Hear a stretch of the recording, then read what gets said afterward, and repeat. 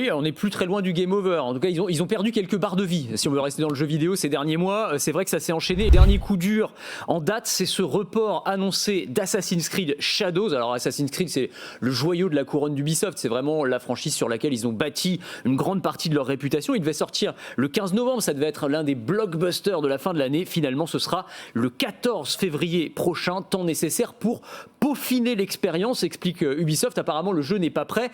Et puis, il a aussi souffert d'une grosse polémique ces derniers mois. Certains joueurs appellent même au boycott, accusent le jeu de wokisme.